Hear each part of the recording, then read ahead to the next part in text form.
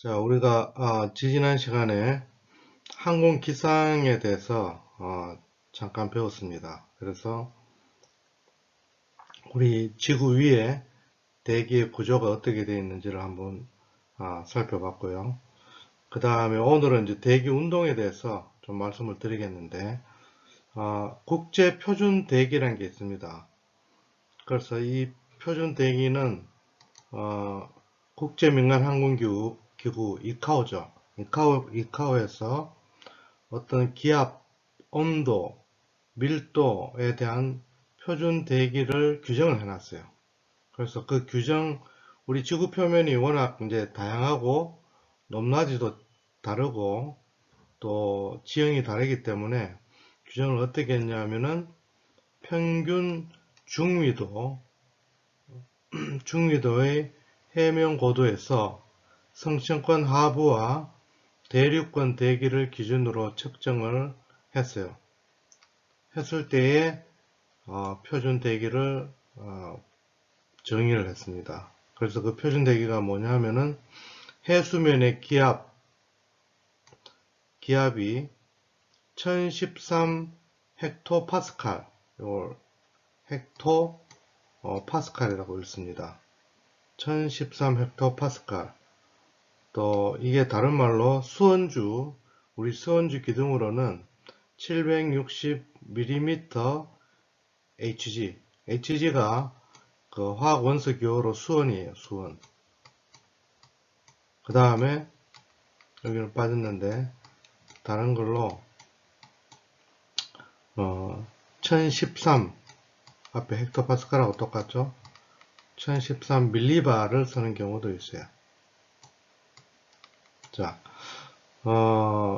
요 헥토라는 것은 이제 헥타르 있죠? 우리 헥타르. 1헥타르가 면적이 어떻게 되죠? 100 곱하기 100m 곱하기 100m, 즉 10,000제곱미터예요. 그 헥토라는 것은 100을 뜻합니다. 100. 그 다음 파스칼이라는 것은 수학자 파스칼, 그 과학자 이름을 따가지고 헥토파스칼 이렇게 이름을 붙였고요. 그래서 이게 이제 우리 표준 대기압, 표준 대기압이 되는 거예요. 1기압. 그 다음에 해수면 온도는 15도씨를 기준으로 하고, 또 뭐 밀도는 요 두 가지가 중요해요. 그 다음에 기온 감률, 이게 중요한 겁니다. 자, 공기 밀도는 뭐 이렇게 되고, 아까 기온 감률에 대해서는 앞서서 한번 말씀을 드렸죠. 자, 1000피트당 마이너스 2도씩 떨어지거든가, 같은 값으로 1kg당 마이너스 6.5도씨씩 떨어진다. 이렇게 되어 있습니다. 그래서 표준과 고도는 평균 해수면을 기준으로 하지만 해수면이라는 게 또 항상 바뀌잖아요. 변하니까 뭐 밀물, 설물도 있고 또 여러 가지 기상 상태에 따라서 다르니까 그 각 국가별로 그 어떤 위치의 평균 해수면을 정해놨는데 우리나라의 경우에는 1916년도에 인천만의 평균 해수면을 기준으로 수준 원점을 정해놨어요. 그래서 지금 수준 원점은 인하대학교에 그렇게 마크가 되어 있다고 합니다. 자, 국내는 그렇게 되어 있고요. 자, 우리 대기의 열 운동, 태양 에너지에 의한 대기의 열 운동을 보면 크게 네 가지가 있어요.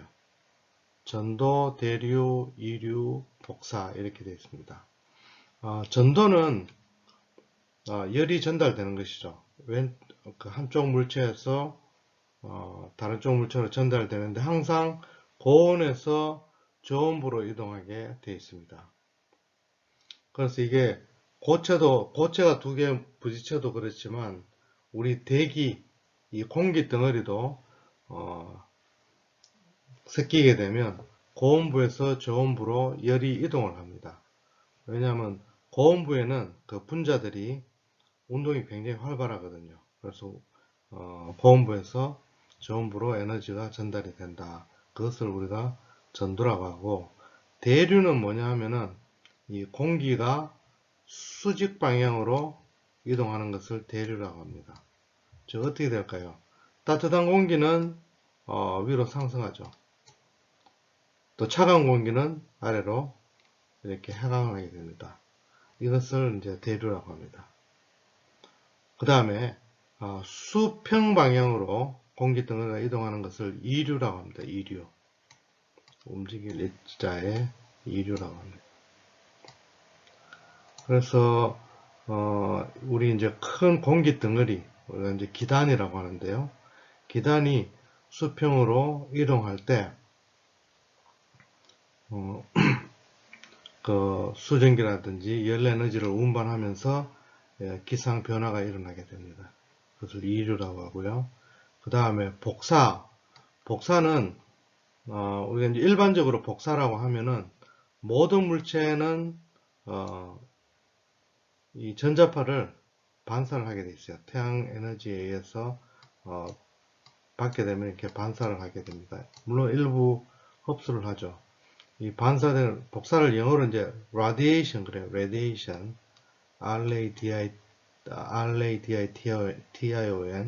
radiation 한다고 그러는데 이런 물체로부터 방출되는 전자파를 총칭해서 복사라고 하는데, 우리 이제 대기 운동에서 관련되는 것은 이제 우리 뭐 육지라든지 아니면 바닷물 이런 데 태양 빛이 이렇게 와서 오게 되면 반사가 되겠죠. 일부는 흡수되고 반사가 될 겁니다. 여기에 따라서 날씨가 또 변화하게 되고 뭐 여러 가지 기상현상이 일어나게 됩니다. 자, 이런 네 가지 운동을 우리가 대기열 운동이다 이렇게 이야기를 합니다.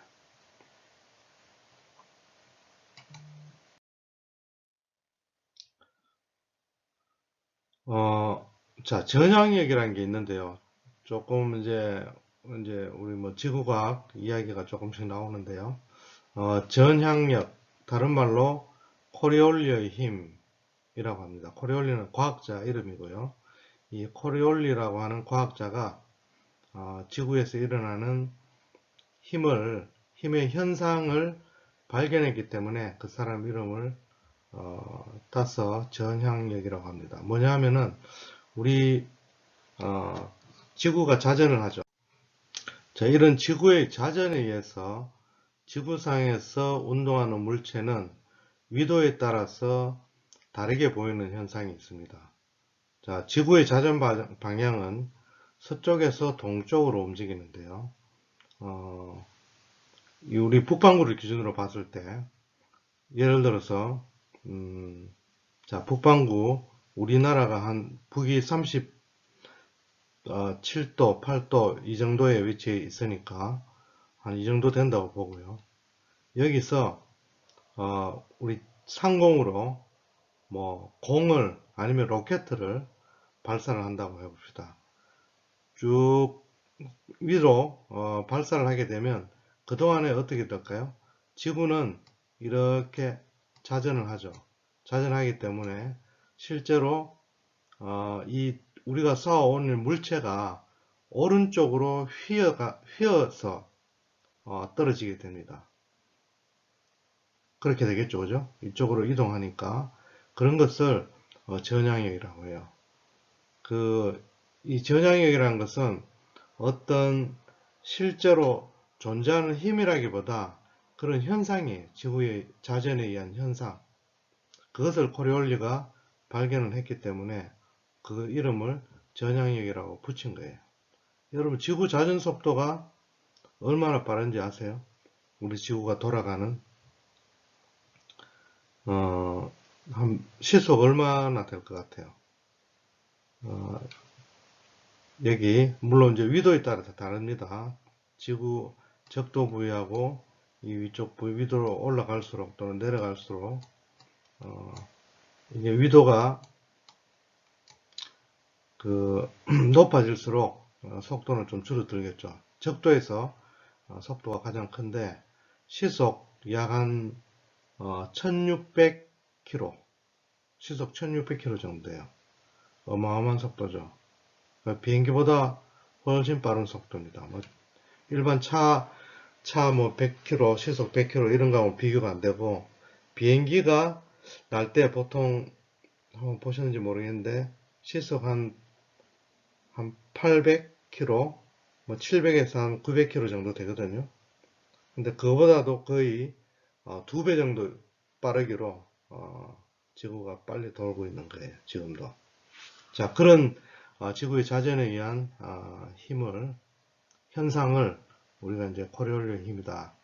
물론 반대로 이 그림에 있는 것처럼 적도 부위에서 똑같이 어떤 상공으로 던졌다, 공을 던졌다고 하면 어떻게 될까요? 이렇게 휘어지는 것처럼 보이게 되겠죠.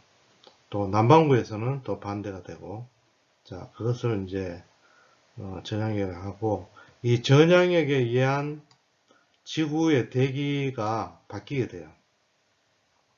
그래서 당연히 이제 위도별로 이런 이제 다른 현상이 일어나는데, 이게 지구가 자전하면서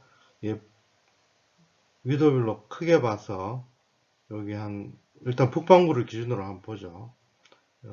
적도에서 한 30도까지는 북동무역풍 해가지고 이렇게 북동풍이 이렇게 불게 되고, 또 30도에서 한 60도까지는 편서풍, 딱 우리나라에 해당되는 것이죠. 편서풍이 불게 되고, 또 극지방에서는 다시 극동풍이 부는 이런 대류의 흐름이 있게 됩니다. 다음으로 고기압과 저기압의 성질에 대해서 잠깐 한번 보겠는데요. 고기압은 공기 밀도가 무거워요. 공기 밀도가 무겁기 때문에 하강 기류가 발생하게 됩니다. 그러면서 이 북반구를 기준으로 봤을 때 북반구에서는 고기압이 내려오면서 시계 방향으로 불어나갑니다. 전향력 때문에 불어나가게 되고, 저기압 같은 경우는 반대가 되겠죠. 보면은 공기 밀도가 낮기 때문에 말하자면 공기가 가벼워요. 그래서 상승 기류가 발생하는데 북반구에서는 반시계 방향으로 불어 들어온다. 이게 좀 헷갈리잖아요. 그래서 이런 게 이제 시험 문제에 나오는데, 여러분 외울 때는 가장 쉽게 이렇게 외우면 돼요. 자, 오른손 주먹을 한번 쥐고 이렇게 말아집니다. 말아지면서 엄지손가락을 세워보세요. 그러면 이게 저기압이에요. 그럼 어떻게 되죠? 이 네 개 손가락 방향이 무슨 방향이에요? 반시계 방향으로 돌죠. 즉 엄지손가락은 공기의 흐름입니다. 상승 기류가 발생하면 공기는 북반구에서는 반시계 방향으로 불어 들어온다. 이렇게 되겠죠. 그 다음에 이걸 거꾸로 한번 내려볼까요? 자, 이렇게 되면 하강 기류니까 이건 고기압이 되겠죠. 하강 기류가 발생하면 거꾸로 이 네 개 손가락을 어떻게 되죠? 시계 방향으로 돌게 되죠. 그래서 이 손가락을 생각하시면 돼요. 고기압에서는 시계 방향으로 불어나가고 하강 기류가 생기고, 저기압에서는 상승 기류가 생기고 반시계 방향으로 불어 들어온다. 그게 이제 전향력에 의해서 그렇게 된다는 것이죠. 그래서 고기압은 성격을 보면 차갑고 무거운 공기가 내려오면서 지표면에 따뜻한 공기가 물방울들을 증발시켜서 날씨가 맑아진다. 고기압은 날씨가 맑죠. 그래서 고기압의 종류는 우리 여름에는 북태평양 고기압, 덥죠. 그 다음에 겨울에는 시베리아 고기압, 춥잖아요. 그 다음에 저기압은 이 공기가 상승하면 항상 대기는 불안정해져요. 그 상승하는 공기에 의해서 여러 가지 대기의 흐름이 바뀌거든요. 그래서 이런 이제 저기압이 되면 상승하면서 구름이라든지 비가 생성이 되고, 대표적인 저기압의 종류 중에 이제 태풍이 있죠. 태풍은 열대성 저기압을 우리가 태풍이라고 이야기를 합니다. 자, 그래서 기상의 7대 요소가 있는데요. 기온, 기압, 습도, 구름, 바람, 강수, 시정까지 요 7가지를 기상의 7대 요소라고 합니다. 우리 기상 변화를 일으키는 7가지 요소가 되겠는데, 우리 이제 기온 같은 경우는 측정 기준이 어떻게 되냐면, 우리 기상청에서 온도를 이야기할 때 뭐 때와 장소에 따라서 햇빛 비치는 양이 다르고 그늘도 있고 하니까 기준이 있어야 될 거잖아요. 그래서 지상에서 1.5m 높이의 백엽상, 백엽상을 지상 1.5m 위에 세워놓고 거기의 온도를 기준으로 우리가 삼습니다. 그래서 뭐 다 아시는 것처럼 단위는 이제 섭씨, 화씨가 있는데 우리나라는 이제 섭씨를 쓰죠. 그래서 물이 어는 점은 0도, 끓는 점은 100도, 뭐 다 아시는 거고, 화씨 변환까지 이렇게 이런 식까지 외우실 필요는 없어요. 자, 절대 온도라는 게 있는데 이것은 뭐냐면 우리가 이론상 생각할 수 있는 최저 온도를 절대 온도라 그래요. 약 마이너스 273.15도인데 마이너스 273도씨, 이것을 우리가 절대 온도라고 하고요. 그 다음에 온도하고 열의 관계를 보면 우리 열량이라고 있죠. 칼로리, 흔히 칼로리라고 하는 게 뭐냐면은 어떤 물질의 온도를 높이는 데 소요되는 열의 양인데 1칼로리는 어떻게 되느냐, 1칼로리는 어떤 물질 1g의 온도를 1도씨에 올리는 데 필요한 열량을 우리가 1칼로리라고 정의를 했어요. 그래서 우리가 뭐 운동을 해도 운동을 하게 되면 칼로리가 소모가 되고 음식을 섭취하게 되면 칼로리를 보충하게 되죠. 자, 그렇게 1g의 온도를 1도씩 올리는데 필요한 열량을 1칼로리라고 하는데 그것을 우리가 비열이라고 해요. 비열이라고 정의를 그렇게 해놨습니다. 자, 지형에 따라 온도 변화는 뭐 그냥 상식적인 이야기죠. 그 온도 변화가 작은 곳은 육지보다 수면이 작습니다. 육지가 더 빨리 데워지고 더 빨리 식어요. 그 다음에 뭐 늪지라든지 숲이라든지 이런 데는 이제 온도 변화가 작고, 반면에 사막 또 뭐 이렇게 불모지 이런 데는 온도 변화가 엄청 크죠. 그래서 사막성 기후 그러면은 낮과 밤의 온도차가 크고 낮에는 뜨겁고 밤에는 또 춥고 이런 것을 이제 우리가 사막성 기후다 이렇게 이야기를 합니다. 그 다음에 기온 역전 현상이라고 있는데 이거는 뭐냐면 우리가 이제 그 뭡니까 대륙권에서는 어떻게 된다 그러죠? 기온 감률이 이렇게 발생을 하죠. 1kg당 마이너스 6.5도씩 온도가 낮아진다 그랬어요. 근데 일시적으로 지표면 근처에서 고도가 증가하면서 일시적으로 기온이 상승하는 경우가 있어요. 거꾸로 이렇게 낮아져야 되는데 그게 아니고 고도가 올라가면서 살짝 이렇게 고도가 상승할수록 온도가 높아지는 지역이 있습니다. 그것을 기온 역전 현상이라고 하는데 이것은 늘 있는 것은 아니고 발생했다가 없어졌다가 그렇게 해요. 그래서 미풍이 있는 아주 부드러운 바람이 있는 맑고 서늘한 밤에 주로 발생한다 이렇게 되어 있습니다. 자, 습도를 한번 볼까요? 습도 뭐 우리가 이제 상식적으로 생각한다고 보시면 돼요. 습도는 절대 습도하고 상대 습도가 있는데 우리가 보통 이제 습도 뭐 일기예보에서 이야기하는 것은 전부 상대 습도를 이야기를 해요.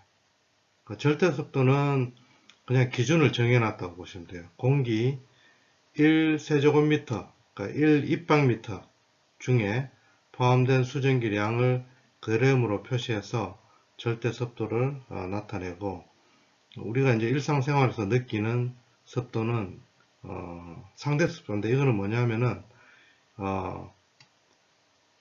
그 공기가, 자, 뭐 말이 조금 어렵게 되는데 뭐냐면, 공기가 품을 수 있는 최고 포화 상태의 습도 분의 현재 포함한 수증기량이라고 보시면 돼요. 자, 다시 공기가 최대한 품을 수 있는 수증기량 분의 현재 공기가 품고 있는 수증기량, 이것을 우리가 상대습도라고 합니다. 그래서 이게 만약에 정말 포화 상태가 된다 그러면 상대습도가 100%가 됐을 때를 우리가 포화 상태라 그래요. 그러니까 이게 이제 완전히 더 이상 습도가 더 이상 높을 수가 없는 상태가 되겠죠. 자, 근데 우리 온도의 영향을 받게 돼 있어요. 즉, 기온이 높으면 습도가 낮고 기온이 낮으면 습도가 높다. 조금 이상하죠. 우리 보통 여름에 습도가 높다 그러잖아요. 겨울보다. 그죠? 근데 기온이 높으면 습도가 낮대요. 자, 이건 뭐냐면은 기온이 높아지게 되면 이 분모, 아까 얘기했던 포화 수증기량이 더 높이 올라가 버리는 거예요. 그러면은 이 포화 수증기량이 높아지는 것보다 상대적으로 현재 공기에 품고 있는 수증기량이 상대적으로 적기 때문에 온도가 높아지면 습도가 낮게 돼요. 이거는 여름을 생각할 게 아니고, 우리가 보통 어떤 그 밀폐된 방안에서 가령 난로를 피운다, 또는 온도가 높아진다고 생각해 보세요. 그럼 어떻게 될까요? 습도가 낮아지게 되는 겁니다. 예. 그렇게 되고, 반대로 기온이 낮으면 습도가 높아진다, 이렇게 이해를 하시면 되고요. 그 다음에 이슬은 공기 중에 수증기가 응결되어 물이 되는 상태를 말하는 것이죠. 이슬점 온도라는 것은 공기가 포화돼 가지고 이슬이 맺히기 시작하는 온도점을 이슬점 온도다, 그렇게 얘기를 하고요. 응결핵이라는 용어가 있는데, 이것은 이제 대기 중에 떠다니는 가스 혼합물, 먼지, 부산물, 이런 미세입자들을 응결핵이라고 하고, 이 과냉각수라는 용어를 알아놓으셔야 되는데, 뭐냐면은 온도는 0도 이하로 되는데 여전히 액체 상태로 물방울 상태로 남아있는 상태를 과냉각수라고 그래요. 그래서 이게 과냉각수가 항공기상에서 왜 중요하냐면, 이 과냉각수가 있다가 어떤 기체, 비행기 날개라고 보면, 비행기 날개에 또 몸통도 되겠지만, 비행기 날개에 이 과냉각수가 부딪히게 되면은 그대로 이게 얼어버리는 거예요. 얼음 덩어리로 바뀌어가지고, 여기 이제 그걸 이제 우리가 착빙이라고 합니다. 착빙이 돼서 살짝 얼음막이 덮여요. 그러면 이게 공기의 흐름이 원래 착빙이 없는 상태보다 나빠지기 때문에 항력이 커지고 또 추력이 줄어들고 뭐 이런 현상이 생겨요. 그래서 항공기 착빙의 원인이 뭐냐? 그럼 과냉각수다. 그렇게 됩니다. 그래서 구름하고 안개는 대부분 과냉각수를 포함한 빙정 상태로 존재한다, 이렇게 되어 있습니다. 자, 좀 지루한 것 같은데요. 한 가지만 더 보고, 기압은 우리 이제 대기압 아까 배웠죠. 표준 대기압 배웠습니다. 그래서 이 표준 대기압은 아까 760mmHg 이렇게 했는데, 뭐냐면은 이 이탈리아의 토리첼리라고 하는 과학자가 실험을 했는데, 이런 수조에 수온을 이렇게 채워놓고 막대기 밑에는 막혀 있고 위에는 뚫혀 있는 것을 거꾸로 세워서 이렇게 넣어 봤더니 수온이 이 막대기를 타고 쭉 올라가다가 76cm, 즉 760mm 되는 지점에서 딱 멈춘 거예요. 이것을 뭐 옆으로 기울여도 이렇게 똑같이 76cm가 된다. 그래서 이 사람이 발견한 것이, 이것은 이 공기 중에 압력이 이 수원을 누르는 힘이 수원 기둥을 76cm까지 밀어 올릴 정도의 압력이다. 굉장히 큰 압력이죠. 우리가 못 느낄 뿐이지. 우리 몸속하고 몸박하고 압력이 똑같기 때문에 우리는 못 느끼는 거예요. 그렇지만 굉장히 높은 압력입니다. 자, 그것을 우리가 이제 1기압, 표준기압이라고 정한 거예요. 자, 그래서 여기에 보면 표현을 아까 우리 본 것처럼 760mm Hg, mm Hg, 1013 헥토파스칼 또는 1013 밀리바, 이렇게 되겠습니다.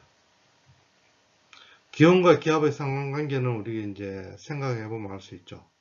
자, 온도가 낮아지면 우리가 고기압이라 그랬잖아요. 고기압은 공기 밀도가 높습니다. 공기 밀도가 높다는 것은 공기가 수축한다는 뜻이죠. 수축하면 밀도가 높아지고 기압이 높아지고 이게 고기압이 되겠죠. 반대로 이제 온도가 높아지면 공기가 팽창이 되죠. 온도가 높아지면 분자 활동이 활발해지니까 공기가 이렇게 퍼지게 되는 거죠. 팽창되면 밀도는 하락이 되고 기압은 상대적으로 낮아진다. 즉 저기압이 되는 것이죠. 자, 이렇게 알고 계시면 되고, 자, 우리 기압계가 수원 기압계가 제일 유명하죠. 일상적으로 많이 쓰고, 아네로이드 기압계는 이렇게 얇은 금속 박판, 금속 박으로 이렇게 측정하는 계기를 감싸고 있어서 이 금속 용기의 두께가 미세하게 변화하는 것을 이용해 가지고 기압을 측정을 하는 겁니다. 예를 들어서 지금 우리 여기 뭡니까 일상생활하는 지표면하고 산 꼭대기에 올라갔을 때하고 여기에 금속판을 누르는 압력의 세기가 달라지니까 그거에서 압력을 측정하는 기계가 되겠습니다. 자, 그런 정도 알고 계시면 되고요. 잠깐 한번 쉬어가는 영상을 한번 준비했는데 일단 먼저 하늘 기술 창조 하시죠. 그곳에 제 꿈이 있습니다. 드론의 놀라운 경험 모두 가능하겠냐며 불가능을 얘기할 때 저는 가능성을 바라보며 더 높이 더 멀리 움직였습니다. 지금 저희 하늘에는 드론의 무한 가능성이 펼쳐지고 있습니다. 안녕하세요. 저희는 군집 드론 라이트쇼 솔루션을 공급하고 있는 유비파이 대표 임현입니다.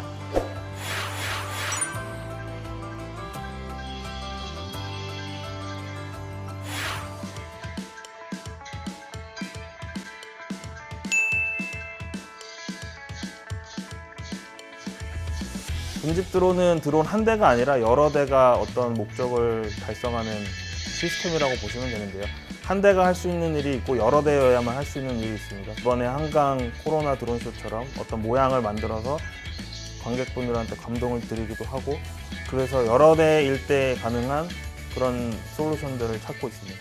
우리나라에서는 아무래도 이게 시스템이 많이 필요하다 보니까 그렇게 많은 회사들이 하고 있지는 않고요. 다만 전 세계적으로는 인텔 등의 대기업이 이런 시장에 뛰어들고 있고 또 다른 회사들도 많이 개발하고 있는 걸로 알고 있습니다.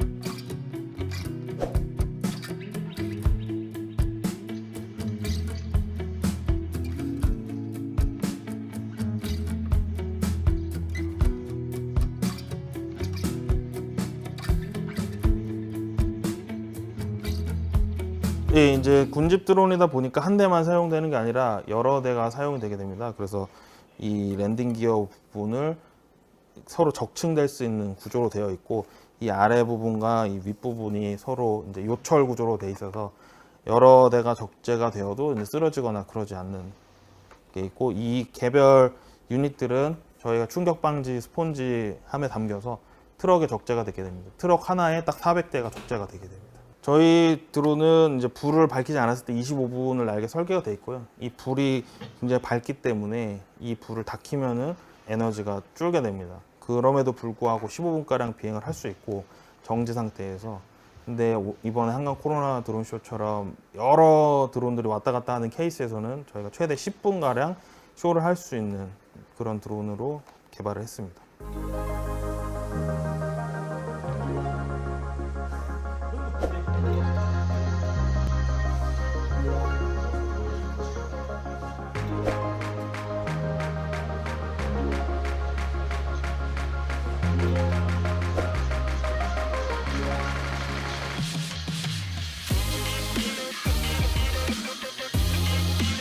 일단 저희가 드론 기재 샌드박스에 작년에 선정이 됐었고, 그 이후로 항공안전기술원과 국토교통부의 지원을 많이 받아서 전국의 다양한 장소에서 저희가 드론 라이트 쇼를 실험해 볼 수 있는 그런 시간을 가졌었습니다. 규제 샌드박스 사업은 규제를 일시적으로 좀 완화를 해주면서 이 드론이 앞으로 일궈낼 사업에 대해서 미리 보는 그런 사업입니다. 그래서 저희가 선정이 되었을 때 이 드론 라이트 쇼가 어떤 사업 기회를 창출할 수 있는지, 그 규제가 그리고 거기에 걸림돌이 되지 않는지 보는 부분이었고요. 이 군집 드론이라는 분야가 올림픽 이후에 큰 가능성이 있을 것이다라고 보시고 새로운 분야를 만들어 주셨고요.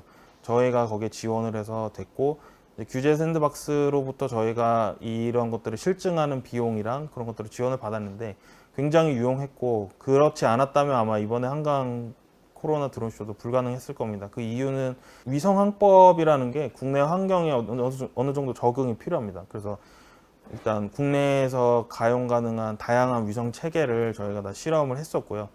그래서 일단 최적의 위성 조합도 찾았고, 또 국내의 그런 산지 환경이라든지 도시 환경에서 어떻게 하면 더 드론이 정밀하게 날 수 있을지를 계속 연구 개발을 수행을 했습니다.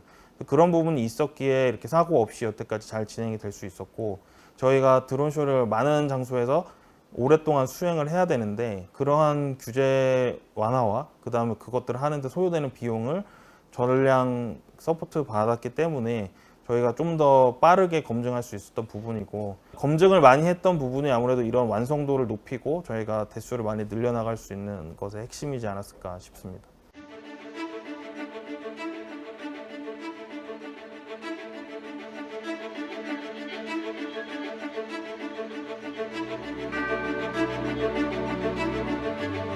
가장 대표적인 예로 K-컬처, 이게 정부 지원으로 주도되었기 때문에, 그렇지 않다면 사실 현재 유명하지 않은 그런 배우나 콘텐츠에 투자를 하는 사업가는 없을 겁니다. 반도체도 당시에 어떻게 우리가 일본의 반도체를 이기냐 이런 말이 있었지만 이게 뚝심 있게 지원을 했기 때문에 가능한 부분이라고 보여지고요.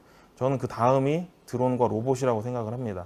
이런 부분들은 당장 어떤 수익화나 이런 것들이 이런 인터넷 기업들보다 불투명하기 때문에 투자를 다들 망설이고 있고, 하지만 나중에 큰 기회를 만들어낼 수 있고, 또한 우리나라의 전략 산업으로서 앞으로 큰 역할을 담당할 거라고 보여집니다. 그런데 돈을 베팅할 수 있는 건 정부가 유일하다고 생각하고, 그런 측면에서 저는 정부 지원 사업은 가장 유용한 사업이라고 보여집니다.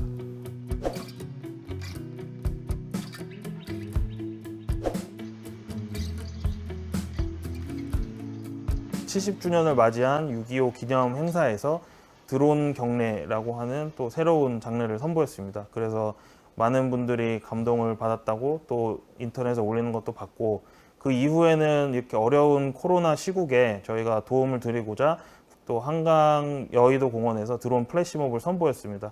그래서 많은 분들이 또 힘을 얻었고요. 저희가 작년에는 한 아세안 정상회담, 특별정상회담에서 드론 라이트 쇼를 수행을 했었고, 그래서 각국의 정상들에게 우리나라의 기술력을 선보인 바가 있고요. 스위스에서 1월 1일 신년 행사를 했었고요. 미국 최대 가전 박람회인데 베스트 커머셜 드론 어워드라고 해서 가장 우수한 상업 드론, 취미용이 아니라 이걸 이용해서 어떤 사업을 운영하는 그런 부분의 드론인데, 그런 부분에서 가장 혁신적인 제품으로 인정받은 바 있습니다. 앞으로 드론은 지금 개인의 생활을 많이 혁신하고 있지만 더 많은 분야에서 혁신을 해나갈 겁니다. 예를 들면 배송도 있을 거고요. 그 다음에 검사 분야도 있을 거고, 그런 산업적인 분야에서 활약을 하게 될 텐데, 아직도 안정적인 드론 시스템이라는 거는 개발 중에 있습니다. 그런 것들을 개발할 수 있게 회사의 기술력을 높여나갈 예정에 있고, 또 그런 작업들을 간단히 할 수 있는 그런 장비들을 많이 개발해서 판매해 나갈 예정입니다.